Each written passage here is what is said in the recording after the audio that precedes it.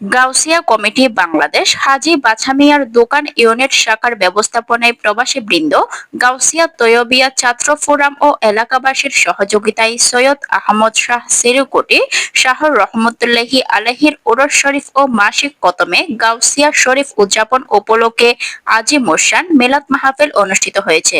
শুক্রবার 15 মে গাউসিয়া ফুরকানিয়া মাদ্রাসায় অনুষ্ঠিত মাহফিলে সভাপতিত্ব করেন হাফেজ মাওলানা মোবারক উদ্দিন আল কাদেরী। প্রধান অতিথি ছিলেন আলহাজ মাওলানা শামসুল আলম হেলালি। অতিথি ছিলেন হাফেজ আব্দুল গফুর, মাওলানা সালাউদ্দিন, হাফেজ মাওলানা আকবর হুসাইন, নাদিম উদ্দিন। এ সময় উপস্থিত ছিলেন কাজী ফারুক, হায়দার আলী, আসলাম, রোমান, আব্দুর রহমান, মোহাম্মদ রাশেদ, আহমদ হোসেন মানিক এবং গাউসিয়া কমিটির নেতৃবৃন্দ এবং স্থানীয় গণ্যমান্য ব্যক্তিবর্গ।